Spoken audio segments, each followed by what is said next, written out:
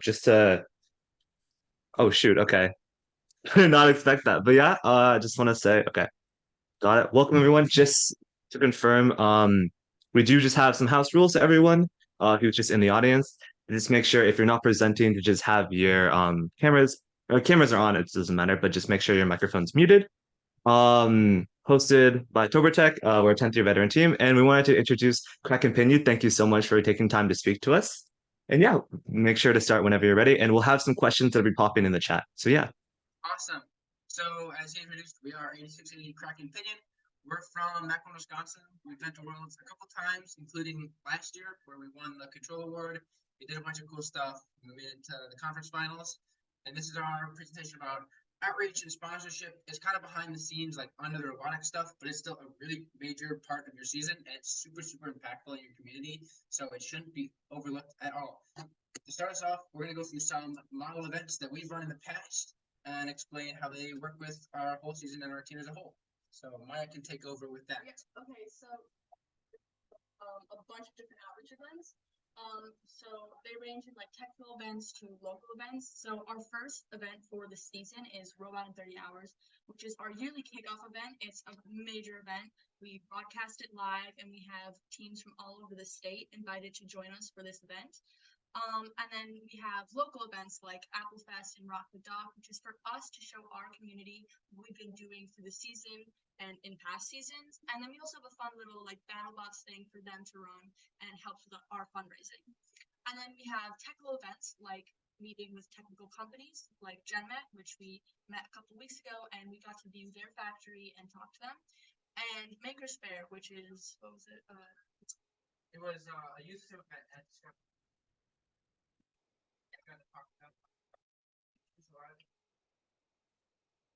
and show off more of our battle box that we use. And then in postseason, we have our elementary schools that have events for the kids, and then we'll join them and have fun with the kids, and we'll teach them a little bit about robotics. So there's a couple crucial steps that you need to take before you can actually run an event. The first is identifying the type of event that you run. And on Krakenpinion, we break that into 3 different categories, which are STEM or technical events, community events, and events that are inside first with other FTC teams. So once you know the event type that you have in mind, once you know what you want to run, you can start brainstorming exact events that you want to run and figuring out some of the details with your team. So if there's one person on your business team, you make your list, make your spreadsheet. If there's a bunch of people on your business team, you're collaborating together, you have your whole spreadsheet out or a piece of paper, you're writing down ideas. You're saying, okay, what do we want to run? When do we want to run it? Who's going to be there? And what are the logistics that we need to figure out? After you know the event you want to run, you've brainstormed it, you've cut down your list a little bit, you have some key events in mind, then you can do some online research, finding where you could run this event. If you need a venue, if it's at your school, if it's something that you can run, or there need to be parties involved. And you should be doing this about a month in advance. If you're contacting people, make sure to reach out really, really early, because there's always going to be some delay when you're working with other, organizations or schools or groups inside or outside of STEM. And then if you need to figure out any logistics with your school, transportation, you need to talk to your coach about stuff, figure out stuff on your team. That's really, really important to do in this step. And then you pitch your plan, and then you get the green or the red, and you need to rework some things. After that's done, you want to prep. The week before is a really good timeline to start prepping your event. That gives you time to test anything you need. If you're doing something with a robot demo, that gives you time to make sure the robot's in tip-top shape before you bring it there, because you don't want it to break down. Packing everything the night before is usually really, really good. And then once you're there, be super enthusiastic. It's great to have a good attitude. Be happy to run outreach and involve as many people as you can, because outreach is super, super important in impacting people. And it really goes outside of first how we think it of as just a robotics competition. And then after you run your event, you're not done. There's another really important thing you need to do. It's writing it in your portfolio, writing stuff about this in your judging script, so you can actually take this to competitions and the judges can hear about it and other teams can hear about it. And that's really, really important to tie it back to first. So there's a couple big parts in our season where we're also looking to run different types of events. Right, so for preseason, this is when you're gonna start your bigger projects. You wanna have a couple big projects to do that you can use throughout the season. And these are projects that you're gonna have multiple people involved with, multiple teams, companies, stuff like that. For a big preseason for us, what we did during the summer was a STEM summer camp for kids from FLL, junior FLL. This is to introduce them to not only FLL, but also FTC, what you do as a bigger robotics team. And then you're gonna prep for your early season events, especially the fairs, events that will involve robots that you have to build. And then moving into the earlier season, when you're doing a lot of your fundraising, you're gonna be contacting a ton of different groups, a ton of different companies. You're gonna be going out for tours. You're gonna be working with them and trying to get their sponsorships. And you're also gonna be doing a lot more local events because it's still warm in the fall. There's gonna be a lot of fairs or festivals, community events that you can run and participate in, where you can do a little bit of fundraising too and introducing your community to your team before your season actually starts up. And then moving into the mid-season, this is where you get some of your holiday events too. You know, Thanksgiving and at the end of December, there's a lot of holidays going on. It's a great time to do a ton of stuff in your community as well. Two big events that are really, really awesome to run are doing stuff at hospitals or nursing homes. They're really overlooked places to run outreach events, and they're really awesome groups of people that you can engage with STEM because they don't really usually have this opportunity. And it's also a way to give back to your community, share about STEM. Those are really awesome to do. And then as you get more into your competition season, depending on when your competitions are, you're going to be working with a lot of teams to coordinate stuff for robots. And that's on the business team to start coordinating some of that stuff, figuring out a meeting place, how you're going to do all of this to prep with them and, be the best you can during competitions. During this time frame, you're also really going to be working on your judging script and your portfolio. So outreach events are going to be a little more hard to work into your schedule, but it's definitely super doable. And it's also really important to continue with those large projects. If you don't have any new events in mind, you can always go back to that and say, hey, let's do another thing relating to our big project that we started at the beginning of the season, whether it's with, diversity or involving different groups in STEM, or if it's something with your school, different stuff there. There's always an opportunity to do a ton of events. Okay, so then for you guys are gonna get busy with getting those last minute changes to the robot, but for business team, what you want to do is start recruiting for the younger teams like FLL, which is what we do because we enter FLL teams, and that's something you guys should try and do. And then we also continue the big projects because we want to have something really big to show the judges and everyone at state that this is what we've done with our time to give back to our community and show first to other people. Yeah, and then moving into your postseason, this is after you've done your state or your worlds or wherever. This is when you're gonna be celebrating. You're gonna be showing off how amazing your team was. Look at our accomplishments. You can put stuff around your school or a bunch of local, grocery stores or shops or everything and saying, hey, here's what our team did. Here's how you can help us in the next season. Here's how you can engage with us. And then it's also starting to recruit for that season because you have time over the summer or the off season, start training a lot of new members for your team. And then the last big thing, which is figuring out your timeline for your season.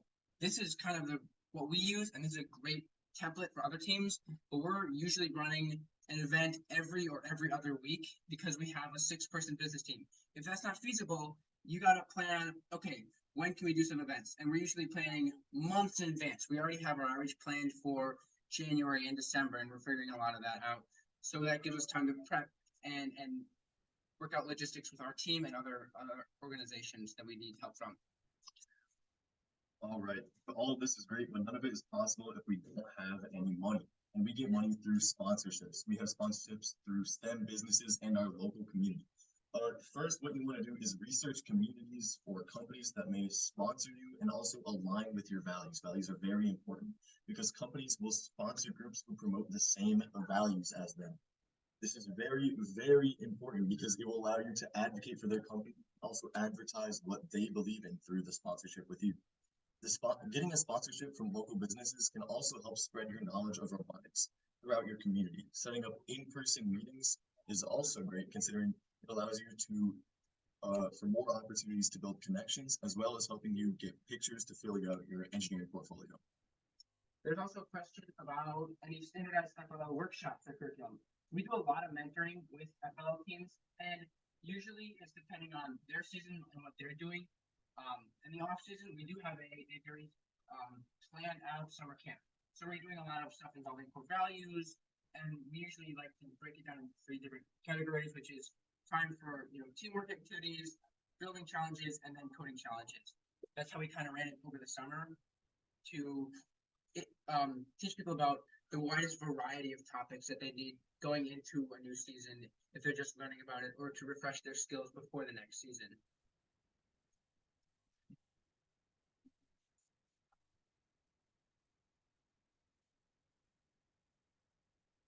6. A big thing about that.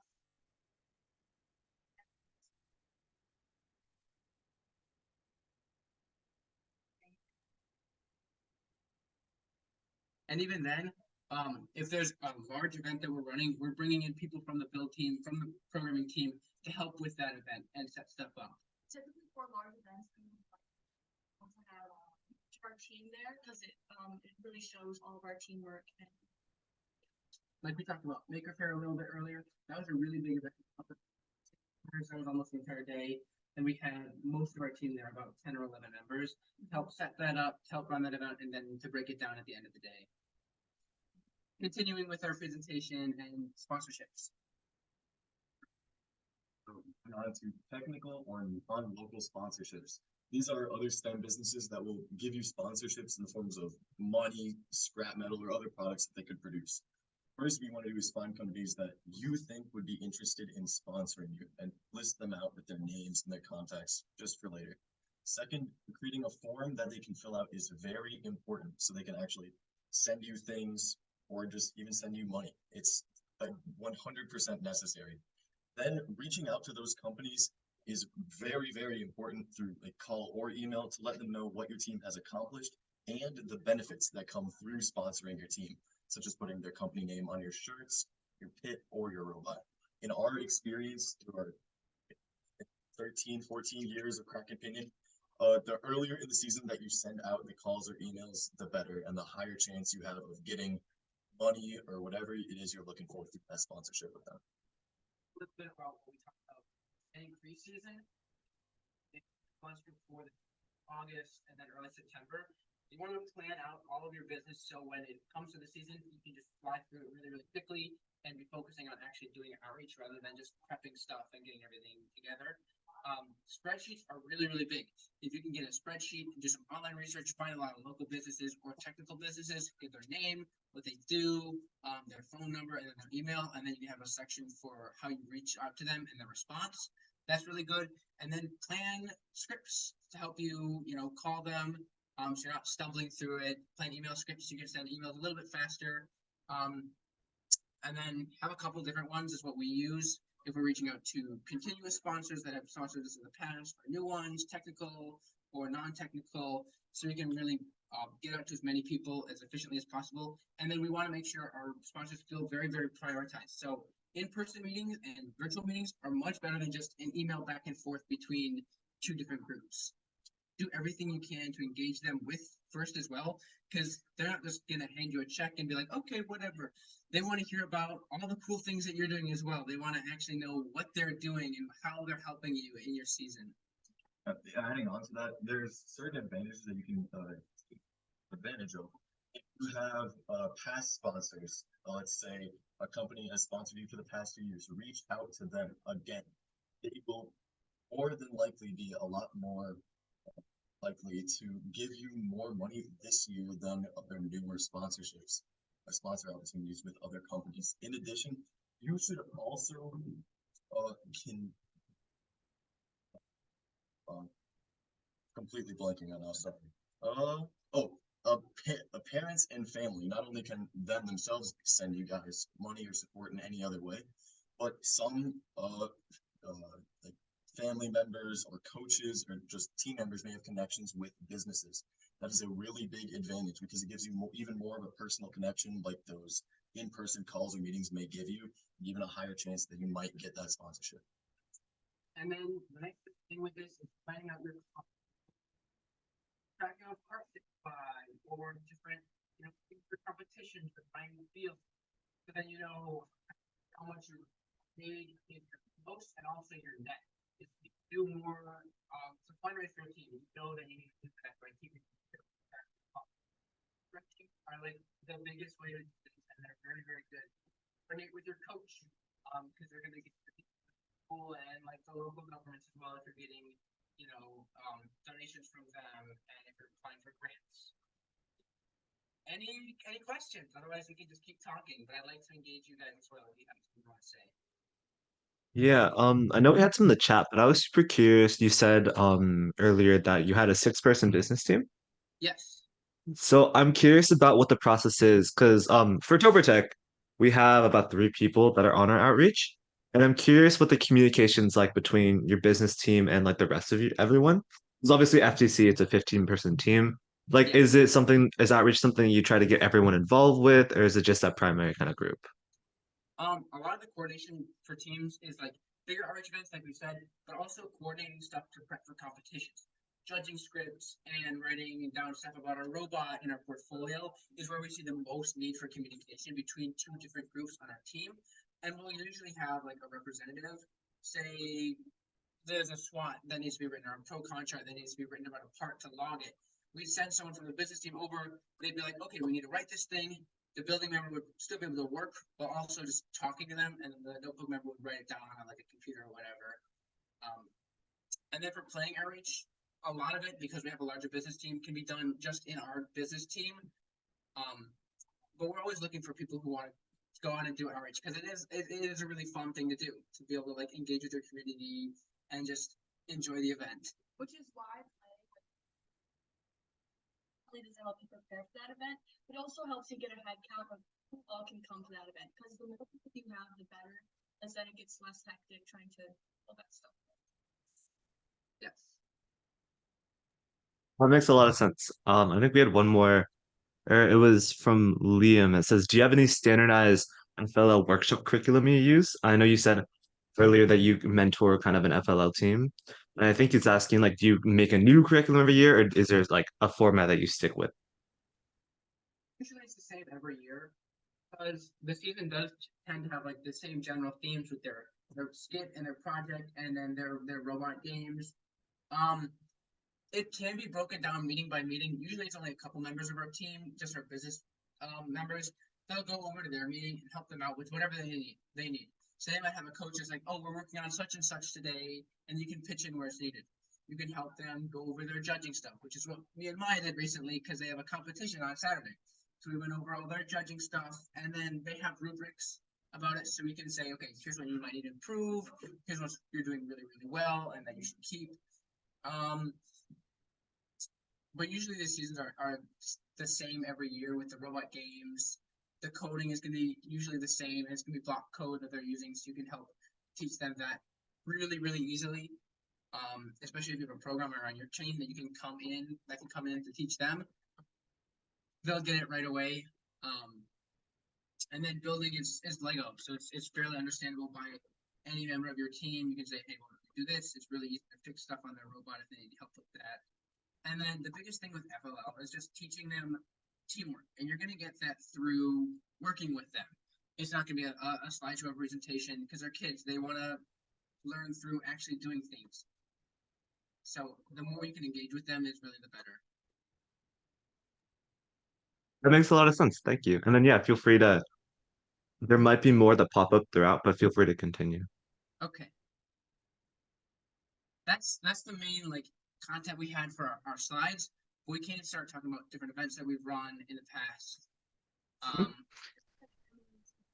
Yes. Hmm? We can talk Oh, about I was gonna say, I was actually one more thing is I was super curious if you want to talk about it. Is I know you've talked about like some timeline stuff of like this is when you need to start and like this is who you reach out to. What's your general like when you're actually meeting with your business team? What is your process for like planning events and like this is what we need to do like in terms of like project management? I guess I'm curious because that's something that we're working on right now. Yeah, we have a massive spreadsheet in our Google Drive that goes from September all the way to April because that's when Worlds is, and we hope we're going to Worlds. We plan for it, and then as we start brainstorming, we'll sit down as a team during a normal meeting, say, okay, what do we want to do? okay, how are we gonna do this? Who's gonna be there? And then we'll say, okay, depending on this, it really depends on the scale of the event and how quickly you're getting communication between different groups. If you're working with government or schools, they're gonna move slower than usual. If you're working with a smaller local business, they can usually get back to you really, really quickly. So with a school or something, one of our biggest projects that we've been planning is actually with one, and they're like, oh, it's gonna take us a month and a half to start getting this going. So it's okay, we're planning this in early October. Let's set our date for like end of November. If we're doing something smaller scale with like a local business, if we're just going out to meet them, if we're doing a tour, hey, 2 weeks, we'll get a head count really easily, and then we'll organize transportation much, much simpler. And then we just head over, they'll give us a tour there, whatever they're doing, we'll talk with them, we'll head home, and we'll write about it. And then we're going to continue that communication too. And then a lot of the planning we do at the beginning of the season, so we can put it on a timeline really, really early. We know what to expect. We always have like deadlines in mind and then goals in mind as well. That makes a lot of sense. Is there anything else you wanted to speak to? We can also open it up to some questions from the audience. I'm down for either. We can keep talking because there's always more outreach that we're looking into Hmm. running and that we're running currently. Yeah, I'd love to hear some, like, if you wanted to talk any stories from Yeah, specific events. the biggest event that we're running right now, we actually started last year, or we started planning it last year. It's our huge project. We're really looking to engage groups with unequal opportunities in STEM because we're close to the Milwaukee area, and a lot of inner city Milwaukee kids don't have the opportunities that we do here at Homestead or across the rest of Wisconsin to work with STEM, to learn about it, to build things, to join an FTC team or an FLL team. And we want to bring a STEM camp to them to help teach them. So we have an event tomorrow at a refugee camp, and then we're working with inner city MPS schools to run events as well. So we've talked to experts about that. We found, okay, what's the main issues with this? Let's hear some of their experiences. My mom works at the MPS school system, so that's how we were doing a lot of communicating with them. She can go to school board meetings and figure logistics out on that side. I'll bring it to the team and be like, hey, here's what we need to do on our side. And then we'll bring it together. We figure out a date, we figure out a head count, and then we'll head over there and run that camp. It hasn't happened yet because it's a massive project. We've been planning it since October. We have content done, but a lot of it is waiting on communication. But we're really, really excited to run it. We've run similar events in the past.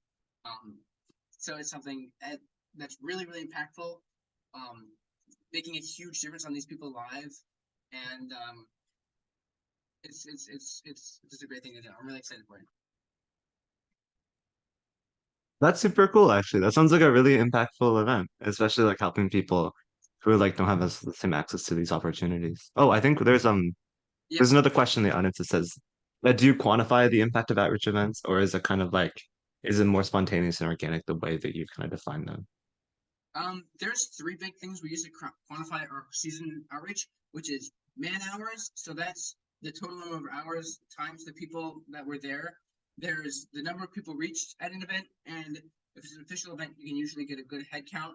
Otherwise, it's just estimating how many people you talked to or who saw your event. And then it's the number of events that we hold. So those are the three biggest things to actually quantify outreach that they'll look for in a portfolio or in a judging script. Those numbers are huge, like top of the page, size a billion text. Here's the number of people we reach. Here's the number of events. Here's the number of hours we put into our outreach. Yeah, that makes a lot of sense, actually. Yeah. And then is there any, because that's interesting, because a lot of what we do is we actually, that's interesting that you guys use certain like formulas and stuff for it, because on ToborTech, a lot of what we do is we usually just do like a head count of like how many people we've impacted. But it's interesting that you do it in like a way that like provides like different calculations and measurements. That's super interesting. That's a cool way to quantify it, I'll say. But yeah, and then yeah, let's see. Are there any more questions? If not, we can have a bit of an early ending, but let's see. I think there's two questions packed into that one comment. The other one was, Oh, can you okay. use a framework like that to select Mm-hmm. events and this process more organic? Um, when looking at outreach, when planning, it can be different depending on the number of people we expect to be there. But there's not really a framework to select events. If we brainstorm an outreach event, it's saying, okay, who wants to plan this? Who's going to be there to run it? And then we'll run it. We really don't skip out on outreach because it's such an impactful thing. There's no point to us not to run it. If we are really, really like doing a ton of outreach and it's like super hectic, it's super busy, and that might happen with smaller scale teams. Last year we did not have a 6-member business team, and we encountered this semi often. It's okay, what's helping people the most? You know, if it's going to tour a factory, which will help the people on our team, or if it's going out into our community and engaging a ton of people with STEM, we're going to pick the one that's helping our community a lot more, and engaging more people with STEM and First Tech Challenge. Oh, besides 6 members on the business team group, how many are hardware crew? How many are programmers? We have a 13-person team. So we have 2 programmers and then the rest are hardware. So a lot of people on our team. That's interesting actually. We have for our oh shoot. For our team, I think we have three average and then the majority of it is actually mechanical focus. So It does used, it yeah. it used to be like that. This year, we Hmm. did a lot of recruiting, especially for business members, because I personally, as the business lead, wanted to do a ton of outreach. I wanted more people working on big projects. Like we said, we had the big project in mind, um, with diversifying robotics and engaging groups that don't have the same opportunities. That's a huge project. I wanted a lot of people on the team to be able to contribute to that. Um, and so we did a lot of recruiting in our league, at our school, and then around our community saying, hey, do you want to join robotics? We'll take any amount of skill that you have, because business is also a little bit more universal to understand. You don't need to take courses on programming. You don't need to be in like an engineering course at school to pick it up right away. It's it's a little easier to understand and teach as well. Yeah.